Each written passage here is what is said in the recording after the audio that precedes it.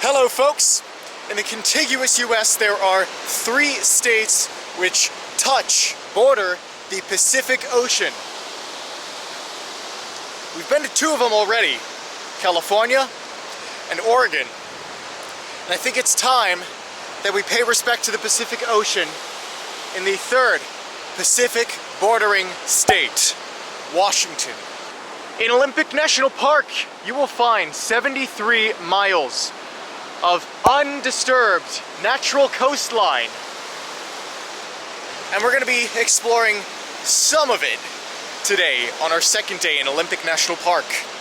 This park is massive, encompassing thousands of square acres, showcasing, highlighting the various different biomes of the Pacific Northwest. And the coast, I don't know if it falls into a biome of sorts, but it's definitely something you can find here in Washington State, and most definitely in Olympic National Park. It's a major part of this park. Thank goodness it is protected for the public to enjoy. It's pretty rare for a coastline in America to be completely natural like this, right? You'll find plenty of coastal cities, especially on the East Coast, full of boardwalks and hotels, and it's just all private property. But here, oh, it's natural bliss.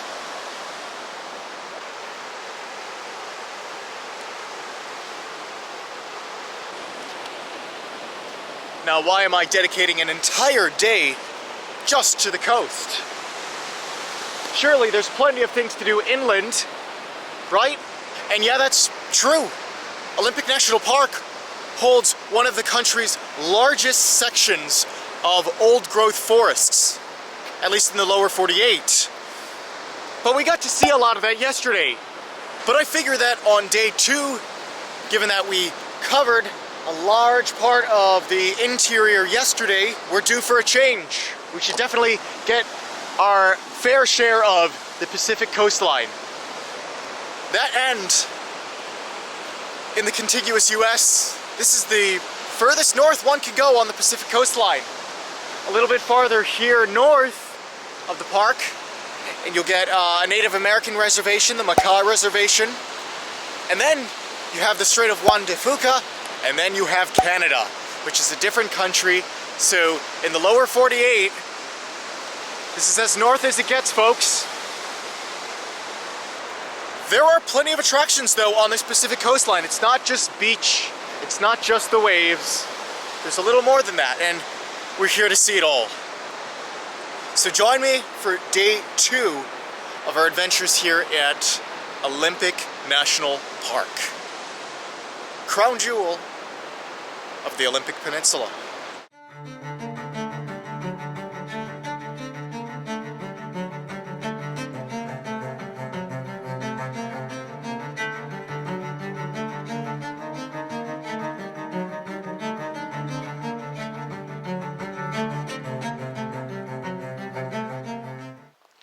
Wow, it's like a graveyard of sorts. All these trees once belonged to parts of a thriving rainforest, maybe upstream. And they were knocked down and they were dragged through the course of the river to the mouth where it meets the ocean. And then they just sit here, waiting for high tide to pick them up and have them roll around, and that's all what really happens here. It's interesting to see the composition of these logs as they are right now. So rounded and weathered from all the water, the waves, the rains splashing on it, that it creates a more smooth, rounded surface. Oh, looks like someone built a little shelter, a little fort. Who knows whether people just go primitive camping here, even without a tent. Make their own shelter of these drift logs. Wow. Anyway, welcome to Ruby Beach, a little north of where we first started in Kalaalach. I don't know how to pronounce that region, but there's a region called Kalaalach, which is one of the southernmost portions of the shoreline. But we've moved up to Ruby Beach.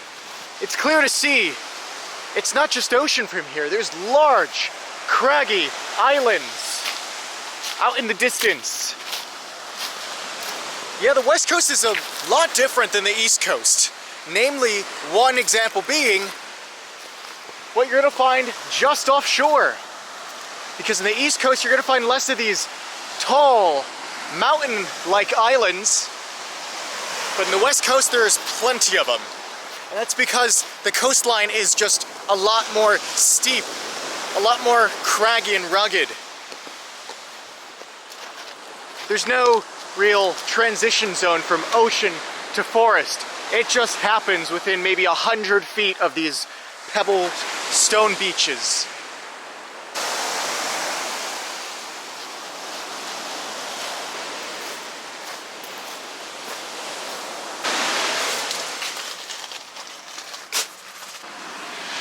Wow, safe from the waves of the ocean. Here in this little shelter made of the rock. At least until high tide. Then this is probably one of the most dangerous places, because then you're trapped here.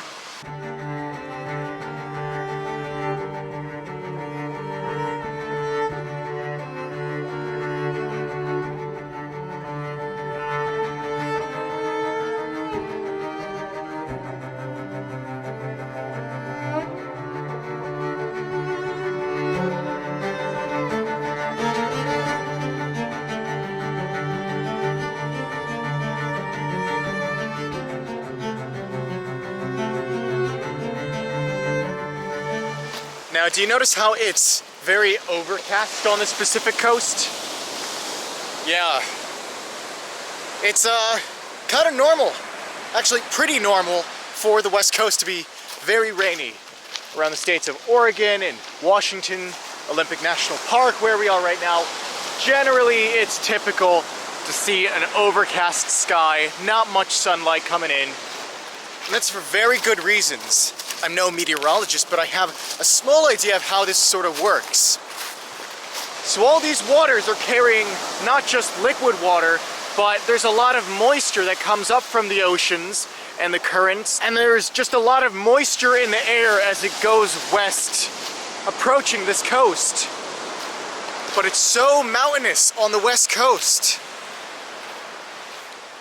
It's such high elevations the moisture has to pass through. It has no choice but to condense from a gas to kind of a liquid. That's where we get all these clouds. And these clouds have no way to pass through those coastal mountains. So what does it do? It precipitates in the form of rain. And that's why the West Coast, specifically the Pacific Northwest coast, is notoriously known for its constant rainfall. I guess we're lucky that it's only overcast on these skies. But what happens is the rain shadow effect. On the other side of the mountains, it's pretty dry. In fact, most of the time it's going to be very, very sunny past these mountains. And due to the rain shadow effect, there's no more cloud cover, no more moisture that gets across. And so consequently, the eastern side, the eastern edges of the Olympia Peninsula, and of course that means the eastern edge of Olympic National Park, it's not only going to be a lot drier, a lot more sunny, but there's also going to be a completely different ecosystem full of plants and animals that are better suited to stand the more arid conditions. You won't see this green shrubbery, at least you won't see as much of it. You might see different spruce and hemlock trees on the eastern side, but they're fewer and farther between. Nothing like the rainforests we saw yesterday, and nothing like this cover of green, lush vegetation on the caps of these rocks.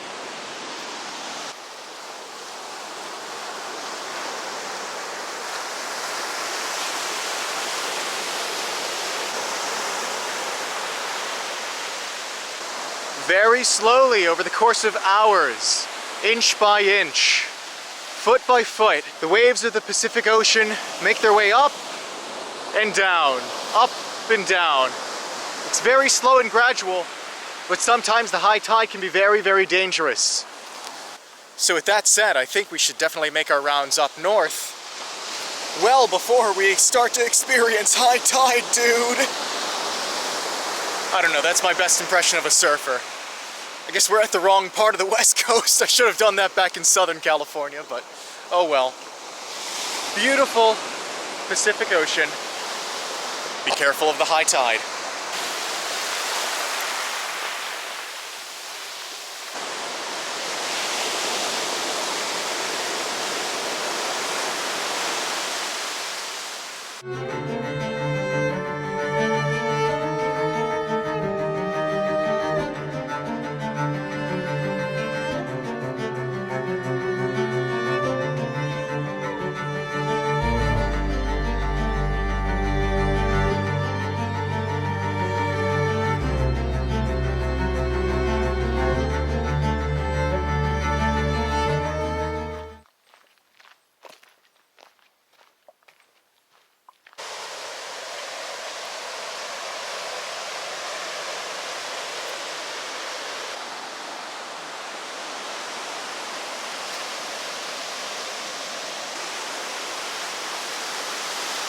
Wow, what another powerful view of the Pacific coast.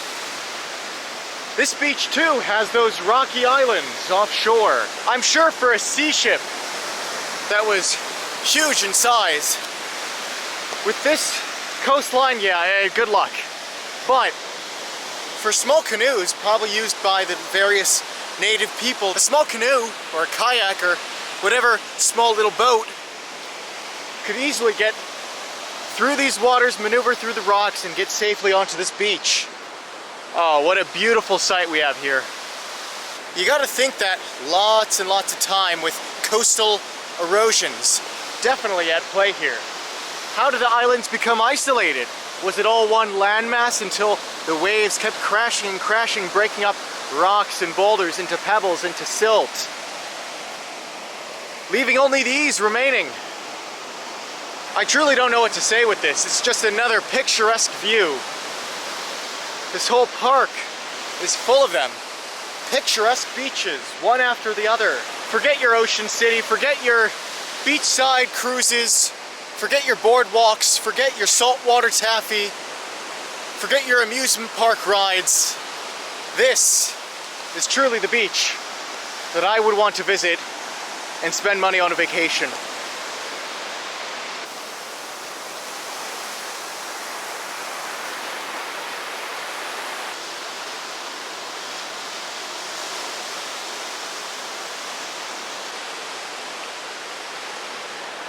Is it any wonder that Olympic National Park is a UNESCO Heritage Site? A World Biosphere Reserve? Because this is renowned not only throughout the country, but around the world as a beautiful, preserved site of the power of nature and the beauty it holds.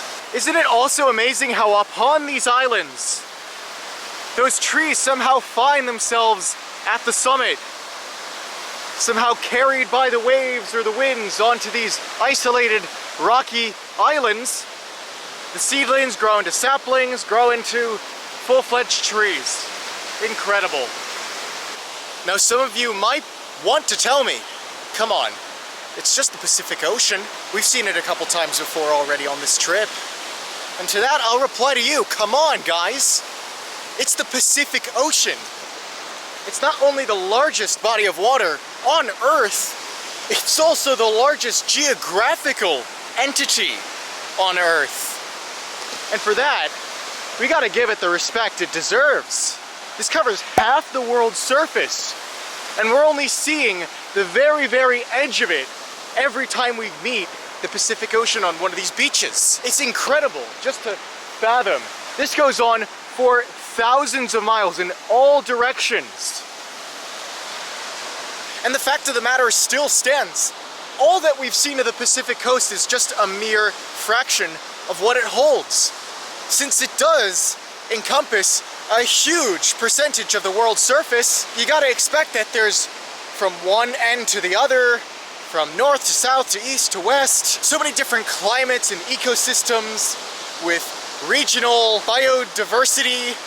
You know, you could have a species only located in one section of the ocean because it's too cold for another species to inhabit. Additionally, studying this ocean and what it holds allows you to understand more about the world's biology. Not only that, but also meteorology, hydrology, environmental sciences. There's so much that can be learned from this. Even just simple things like wind patterns can change from one end of the ocean to the other. We're just lucky to see this tiny fraction of it all. And that's only like the natural studies of this ocean. One could go on and on about how different cultures throughout history have utilized the waters of this ocean. For example, the peoples of the Pacific Northwest, the indigenous people around Washington and Oregon, they use this river as a means of transportation, as a means of supplying themselves with food. And if not this ocean, the rivers that flowed, that drained into this ocean were mightily useful to them. Yeah, simple geography is a primary foundation. It's the utmost important foundation for human culture. So if it weren't for this mighty Pacific Ocean and the views that it holds all across the world, not just the views, but everything it offers to the people of this earth, human culture on a global level would be very much altered from how we see it and understand it today.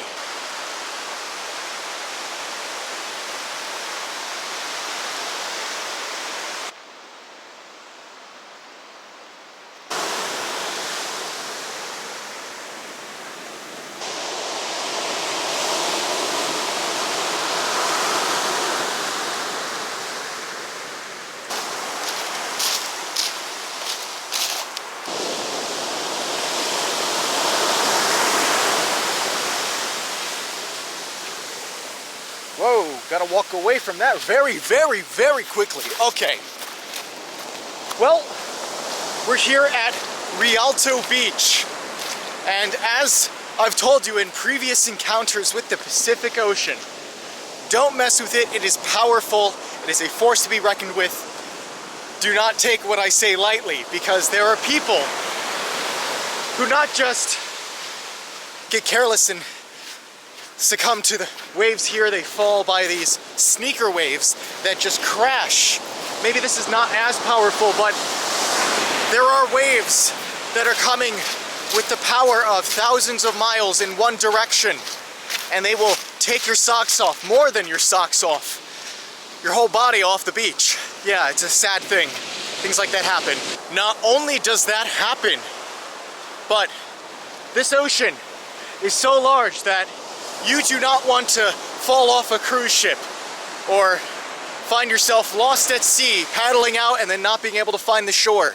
You know, you hear these extraordinary tales of survival of people who got lost at sea in the Pacific Ocean and had to wait till the water currents brought them to some Pacific island. For months on end, they had to survive on whatever supplies were in their little dinghy, and they would have to catch seagulls that flew onto the boat or something like that.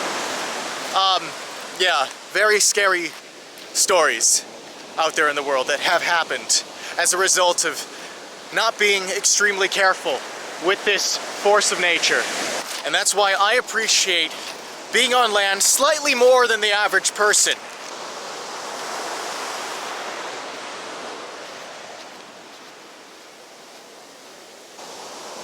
Wow, more signs of massive trees that may have once inhabited the beach, but now they're knocked down, eroded past any recovery. Everything's much larger on the Pacific side. This is incredible.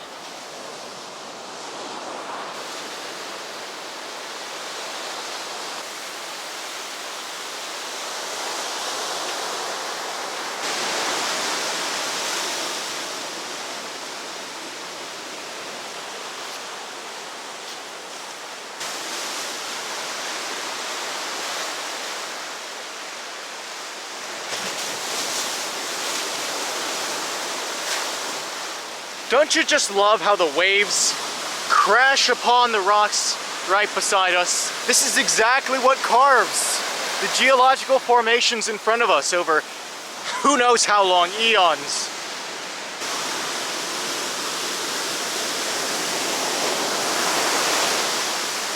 And that could be exactly said for how this formation got created. Split rock behind us is truly a must-see item on the Olympic National Park coast. Not only do you get to see fun little waves crash upon the rocks and everything, but it's huge, it's massive. And once again, the trees somehow manage to crawl their way across up to the top, hundreds of feet above. Well, that about caps it off here for another great day spent at Olympic National Park, what I call the crown jewel of the Olympic Peninsula. You do not want to miss your visit, even just a couple hours, anywhere in the park, because you're going to see some breathtaking beauty. This is a park that I am proud to call number 19 on our national park lists for the coverage project. Well, before I say goodbye, you guys are free to turn off this video whenever you like.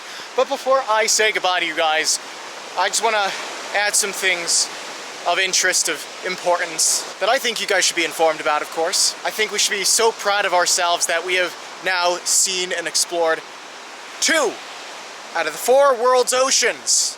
We only have 2 left now.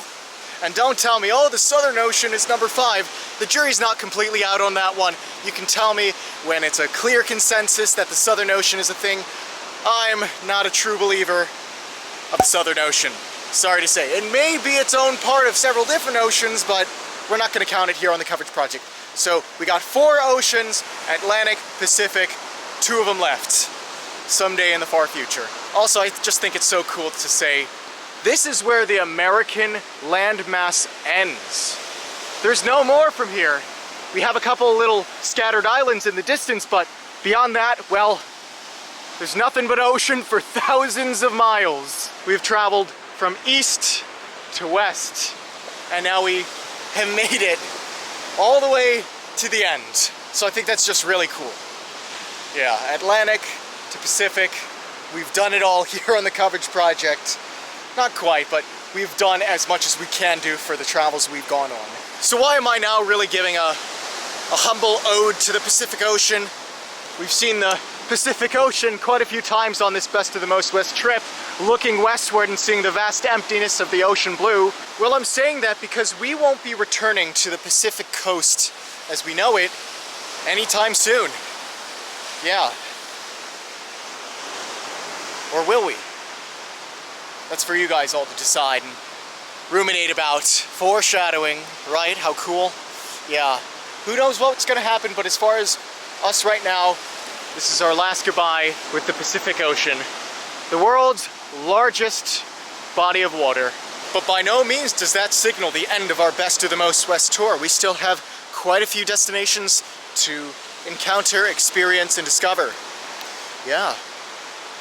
Not even in Washington are we done. So we got plenty more Washington content, not DC, the state. I'm not going all the way back to the Atlantic. And we still have 1 more state here to be seen for the first time. So with that said, I'll leave it off at that. Taking our last goodbyes. Goodbye, Pacific Ocean, of this great body of water and its surrounding coast. Only to be seen here at the Olympic National Park. More travels to come. I will see you at the next location.